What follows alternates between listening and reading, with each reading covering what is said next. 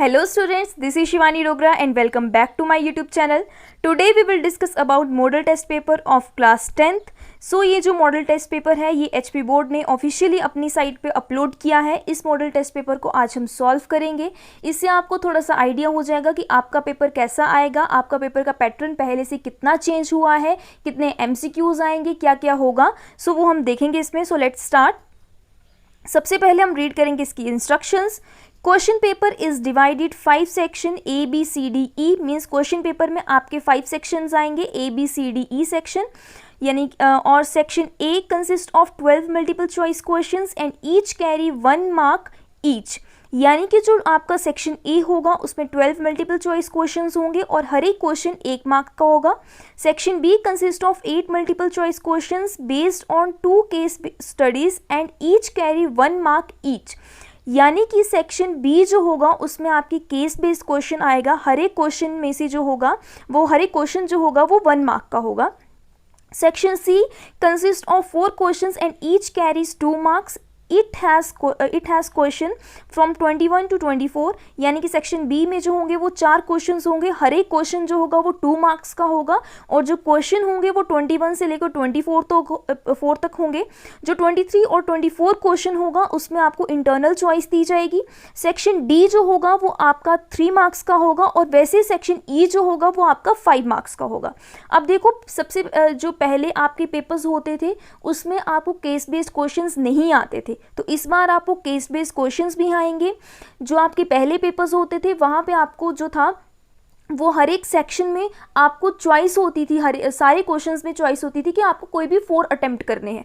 लेकिन इस बार क्वेश्चंस में इंटरनली चॉइस दी हुई है कि आपको क्वेश्चन कौन से अटेम्प्ट करने हैं और कौन से क्वेश्चन में आपको ऑप्शन दिया हुआ है, राइट। सो देखते हैं इसमें कैसे कैसे क्या करना है। सो इस वीडियो में हम लोग सिर्फ सेक्शन ए और सेक्शन बी करेंगे। सेक्शन सी, डी और ई हम नेक्स्ट फर्दर वीडियोज़ में करेंगे। सो सेक्शन ए स्टार्ट करते हैं। सेक्शन ए का फर्स्ट क्वेश्चन है all the question carries 1 mark. हर एक क्वेश्चन 1 मार्क का होगा, जो कि हम पीछे रीड भी कर चुके हैं। So first question is HCF of integers 8 and 9। यानी कि जो HCF होगा वो इंटीजर्स 8 और 9 का क्या होगा। तो इंटीजर के लिए सबसे पहले आपको फैक्टर्स निकालने पड़ते हैं। सो 8 के फैक्टर्स आपके पास आ जाएंगे 1 इंटू 2 इंटू 2 इंटू 2। सो ये आपके 8 के फैक्टर्स आ गए। अब 9 के फैक्टर्स क्या होंगे 1 इंटू 3 इंटू 3। अब देखो यहाँ पे कॉमन क्या आ गया, आपके पास 1 कॉमन आया। इट मीन्स यहाँ पे आपका हाईएस्ट कॉमन फैक्टर क्या आ जाएगा 1, यानी कि इसका option number A is the correct option. Now question number 2 is polynomial having power 2 is known as। यानी कि जिस पोलिनोमियल की पावर 2 होती है उसको हम क्या बोलते हैं। सो उसको हम बोलते हैं क्वाड्रेटिक पोलिनोमियल। सो इसका आंसर आ जाएगा option number B. Now next is d is equals to B square minus. So D क्या होता है। सो डी होता है आपका डिस्क्रिमिनेंट, जो कि आपने क्वाड्रेटिक इक्वेशन वाले चैप्टर में भी पढ़ा था कि डिस्क्रिमिनेंट की value B square minus 4ac की इक्वल होती है। तो इसका ऑप्शन नंबर सी आ जाएगा, that is B square minus 4ac। सो 4ac इसका आंसर होगा, right. Now next question is according to Pythagoras theorem 8 square plus 15 square is equals to. अब पाइथागोरस थ्योरम के अकॉर्डिंग 8 स्क्वायर प्लस 15 का square किसके equal होता है आपको ये बताना है। तो ये हम कैसे करेंगे, हम सबसे पहले इसमें ड्रॉ कर लेंगे right angle triangle. Right angle triangle में ये आपका परपेंडिकुलर है, this is your hypotenuse and this is your base. So what is Pythagoras theorem. Pythagoras theorem होती क्या है, square of base plus square of perpendicular is equals to square of hypotenuse, यही होता है। तो आपको दिया है 8 स्क्वायर प्लस 15 स्क्वायर, यानी कि आपको बेस और परपेंडिकुलर दिया हुआ है। तो मैं इसको बेस मान लूँगी 8 स्क्वायर प्लस 15 स्क्वायर, इसको मैं सॉल्व करूँगी 15 स्क्वायर। सो 8 का स्क्वायर होता है 64 and square of 15 is 225। This is 225। जब मैं 64 और 225 को ऐड कर दूंगी सो मेरे पास आ जाएगा 289, राइट। अब मुझे बताना है, मुझे चेक करना है कि 289 किसका स्क्वायर होता है। मैं आपको एक छोटी सी ट्रिक बताती हूँ, उससे आपको पता लग जाएगा और उससे आपका टाइम भी सेव हो जाएगा। सो आपके पास फर्स्ट ऑप्शन है 16। सो 16 में देखो आपका 6 6 36 होते हैं और यहाँ पे लास्ट में 9 है और 6 6 36 यानी कि लास्ट में आएगा 6, यानी कि ऑप्शन नंबर आपका ए तो होगा नहीं। ऑप्शन नंबर सी को ध्यान से देखो, ऑप्शन नंबर सी आपको दिया है 18 का स्क्वायर। 18 का स्क्वायर दिया है, इट मीन्स 8 8 64 होता है, लास्ट में 4 आएगा और यहाँ पे 9 है, it means option number C भी नहीं होगा। अब देखो आपके पास ऑप्शन नंबर बी दिया है 17 का स्क्वायर, यानी कि आपके पास 7 7 जो 49 आ जाएगा और लास्ट में है आपके पास 9, इट मीन्स 17 का स्क्वायर हो सकता है। तो आप 17 को 2 टाइम्स मल्टीप्लाई करके देख लेना, आपका जो 17 का स्क्वायर होता है वो 289 होता है। सो इसका आंसर आ जाएगा B, that is 17 square, right. Now next question is the distance between the point A x y and B x to y2 is, यानी कि जो डिस्टेंस है पॉइंट A और B के बीच में वो क्या होगा। सो पॉइंट A के आपको वर्टिसेस दिए हुए हैं x y and vertices of point B are x2 y2। So option की ओर चलते हैं, x2 square plus x4 square, ये तो देखो आपको पढ़ते ही पता लग जा रहा है कि ये आपका हो नहीं सकता है। ऑप्शन बी देखो x2 माइनस x1 का square plus y2 minus y1 का स्क्वायर, ये हो सकता है। नेक्स्ट देखो x2 प्लस x1 का square plus y2 plus y1 का स्क्वायर, ये भी नहीं होगा आपका डिस्टेंस फॉर्मूला। सो अब आप ये देखो आपका ये हो सकता है, लेकिन यहाँ पे आप कंडीशन देखो, आपको a के कोऑर्डिनेट्स दिए हैं x, y और b के कोऑर्डिनेट्स दिए हैं x2, y2। यहाँ पे बात की गई है x2 और y1 की और y2 और x2 और x1 की और y2 और y1 की, राइट। सो यहाँ पे एक कंडीशन हो सकती है, अगर a के कोऑर्डिनेट्स आपके x1 और y1 होते हैं तो आपका ये आंसर आएगा, अदरवाइज ऑप्शन सारे गलत हैं क्योंकि यहाँ पे कोऑर्डिनेट्स जो हैं वो यहाँ पे a के x और y दिए हुए हैं। अगर a के कोऑर्डिनेट्स x1 और y1 होते हैं तो आपका b ऑप्शन आएगा, that is x2 minus x1 का whole square plus y2 minus y1 का होल स्क्वायर का whole under root, right. So next question is LCM AB into HCF AB is equals to, देखो आप इस question को देखकर ज़्यादा कंफ्यूज मत होना, आपने पढ़ा है product of two numbers is equals to HCF into LCM, right. So आप देखो प्रोडक्ट ऑफ टू नंबर्स, आपको टू नंबर्स क्या दिए हुए हैं इसमें, A और B दिए हुए हैं, राइट। फर्स्ट नंबर आपका A है और सेकेंड नंबर आपका B है। सो इन दोनों का प्रोडक्ट क्या आ जाएगा, A इंटू B, तो आपका ऑप्शन नंबर ए आ जाएगा, that is product of two numbers is equals to HCF into LCM। So product of two numbers ये आ गया आपका ए इंटू बी, तो आपका ऑप्शन नंबर ए जो होगा वो करेक्ट होगा।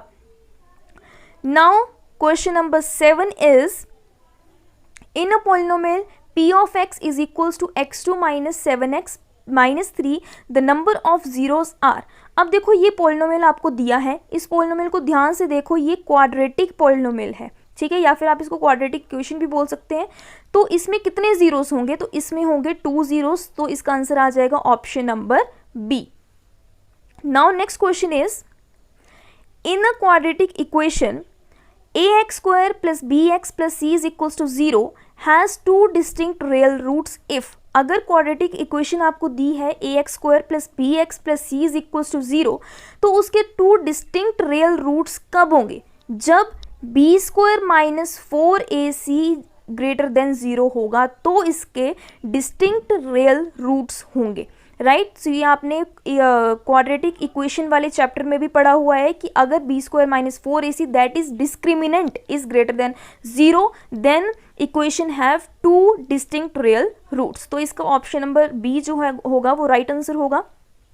Now question number 9 is all dash triangles are similar, कौन से सारे ट्राइंगल्स जो होते हैं वो सिमिलर होते हैं, तो सिर्फ एक इक्विलेटरल ट्राइंगल होता है जो कि सारे ट्राइंगल्स जो होते हैं वो सिमिलर होते हैं। इक्विलेटरल ट्राइंगल की जो सारी साइड्स होती हैं वो इक्वल होती हैं, इसलिए जितने भी आप इक्विलेटरल ट्राइंगल ड्रॉ कर लोगे वो सब इक्विलेटरल ट्राइंगल जो होंगे वो क्या होंगे, similar, right। So next question is the ratio of the area of two similar triangles is dash the ratio of their corresponding sides। so ये आप ध्यान से पढ़ो, ये आपकी थ्योरम है जो कि आपके ट्राइंगल चैप्टर में है और ये डायरेक्ट आपसे पूछ ली गई है कि जो रेशो होगा एरिया, जो रेशो होगा टू सिमिलर ट्राइंगल्स के एरिया के बीच में, वो क्या इक्वल होगा, स्क्वायर होगा या नॉट इक्वल होगा, उसकी जो कॉरस्पॉन्डिंग साइड्स हैं उसका। ठीक है, तो ये इक्वल होता है, इसका ऑप्शन नंबर ए आ जाएगा। Option number A is correct answer. Now next is which of the following polynomial is a linear polynomial. अब कौन सी आपकी लीनियर पोलिनोमियल? सो लीनियर पोलिनोमियल जो है वो आपकी है ऑप्शन नंबर ए। अब आप यहाँ पे एक चीज़ देखोगे कि यहाँ पे x है, यहाँ पे भी x है, यहाँ पे भी x है, लेकिन एक बात का हमेशा ध्यान में रखना, इसकी पावर जो है वो 1 है, इसकी पावर जो है वो 1/2 है, और इसकी पावर जो है वो x⁻⁻1 है, राइट। सो आपका जो जब भी आपने लीनियर पोलिनोमियल देखना है कौन सा है कौन सा नहीं है, तो आपने जो वेरिएबल की पावर है वो देखनी है। अगर आपकी वेरिएबल की पावर नेचुरल नंबर होती है then that is a linear polynomial. तो ये आपका लीनियर पोलिनोमियल नहीं है क्योंकि ये 1/2 है, 1/2 आपका नेचुरल नंबर नहीं होता है, -1 भी आपका नेचुरल नंबर नहीं होता है, तो इसका आंसर आ जाएगा option number A, that is x+2 जो है वो आपका लीनियर पोलिनोमियल है। अब देखो हम चलते हैं नेक्स्ट क्वेश्चन की ओर। So next question is in a quadratic equation ax² + bx + c is equals to 0। अब आपके पास क्वाड्रेटिक इक्वेशन दी है ax² + bx + c is equals to 0। वहाँ पे x की वैल्यू क्या होगी? -b ± √(-2a। तो ध्यान से देखो ये है आपका क्वाड्रेटिक फॉर्मूला, जो कि क्या होता था -b ± √b² - 4ac का √2a, राइट, ये होता था। यानी कि अंदर आपका क्या आ जाएगा b² - 4ac। अब आप ऑप्शंस को देखो, यहाँ पे 2a है, यहाँ पे 4ac है और यहाँ पे 3ac है, तो आपके पास कहीं पर भी इसका आंसर नहीं दिया हुआ है, यानी कि इसके जितने भी ऑप्शंस हैं वो सारे गलत दिए हुए हैं। इसका जो आंसर होगा b² - 4ac होगा, राइट। सो अब नेक्स्ट क्वेश्चन की ओर चलते हैं। सो नेक्स्ट है आपका section number B. Section number B करते हैं आप। So section B consist of 8 questions based on 2 case study. Each question is of 1 marks, यानी कि आपको 2 questions जो होंगे वो केस बेस्ड के होंगे और हर एक क्वेश्चन जो होगा वो 1 मार्क का होगा, राइट। सो ये आपको हिंदी में दिया हुआ है, हम इंग्लिश वाला रीड करेंगे। So your case based question is, first question is the resident welfare association of Gokul Dham. देखो अब गोकुल धाम सोसाइटी की बात की गई है, यानी कि तारक मेहता का उल्टा चश्मा, वहाँ पे मत चले जाना, क्वेश्चन की ओर ध्यान दो।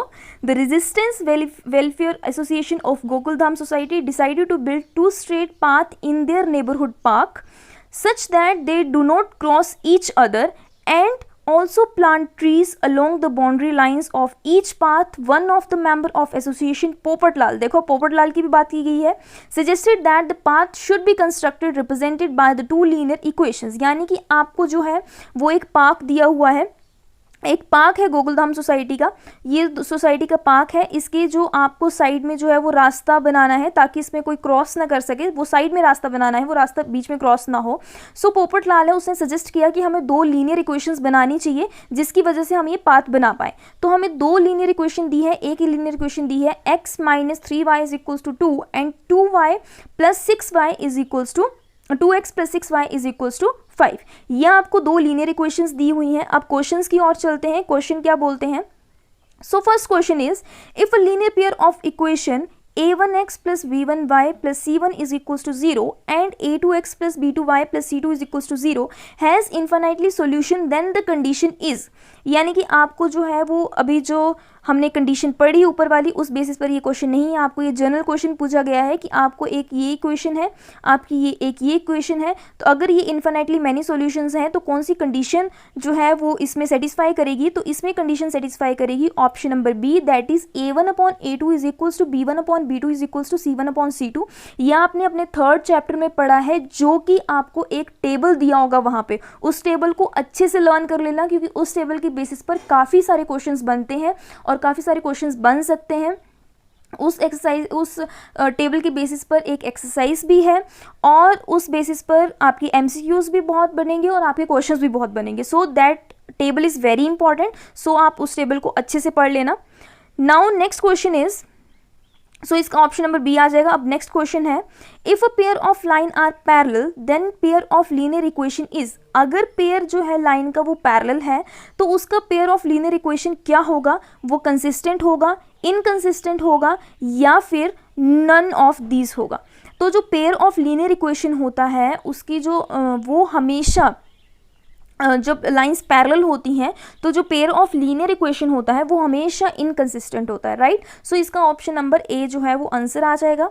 नाउ नेक्स्ट क्वेश्चन की ओर चलते हैं। Next question is, how many points lie on line x minus 3y is equals to 2, यानी कि कितने पॉइंट्स लाई करेंगे कोई भी लाइन है x minus 3y is equals to 2 के ऊपर। सो आप देखो यहाँ पे अगर आप x की वैल्यू जो है वो 0 पुट कर दोगे, 0 1 2 3 कुछ भी पुट करोगे इन्फिनिटी तक, तो आपकी देखो y की वैल्यू क्या आ जाएगी, वो आती रहेगी। आप जितनी मर्जी x की वैल्यू डालते जाओ y की वैल्यू आपकी आती ही रहेगी, यानी कि इनफाइनाइट मैनी पॉइंट्स जो होंगे वो लाई करेंगे इस इक्वेशन में, राइट। सो इसका आंसर आ जाएगा option number C, that is infinite many points.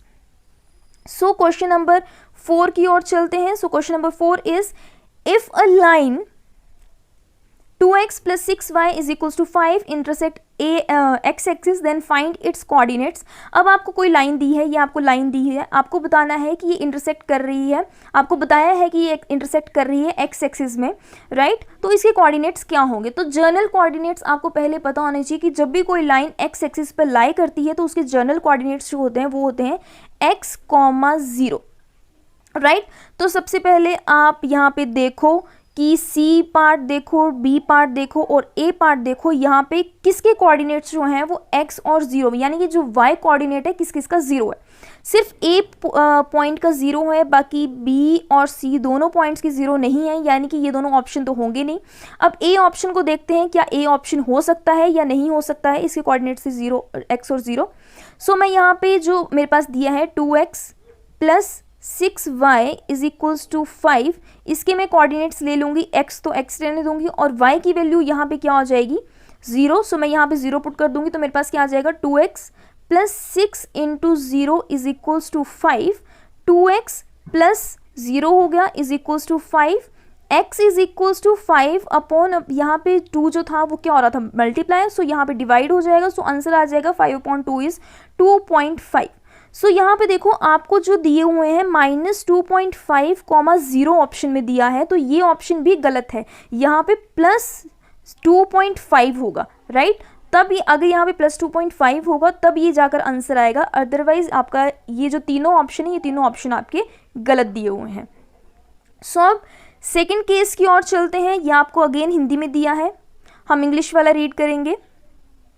So India's literary rate has increased SK की जगह यहाँ पे आएगा 6, increased 6 times the end of British rule in 1947, यानी कि जब ब्रिटिश रूल का एंड हुआ था तो इंडियाज़ का जो लिटरेरी रेट था वो काफ़ी इंक्रीज हुआ।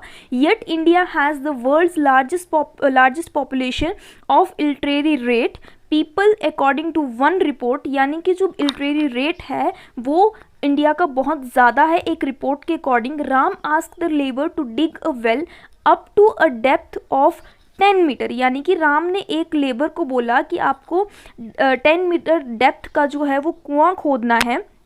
Labour charge ₹150 for the first metre, यानी कि लेबर ने जो है वो 150 रुपीज़ चार्ज किया for the first metre and ₹50 for each subsequent metres, यानी कि और हर एक मीटर के लिए उसने 50 रुपीज़ चार्ज किया। तो as labour was uneducated he claim ₹550 for the whole work. अब लेबर जो है वो अनएजुकेटेड है, उसने 550 रुपीज़ जो है वो सारे काम के लिए चार्ज किया।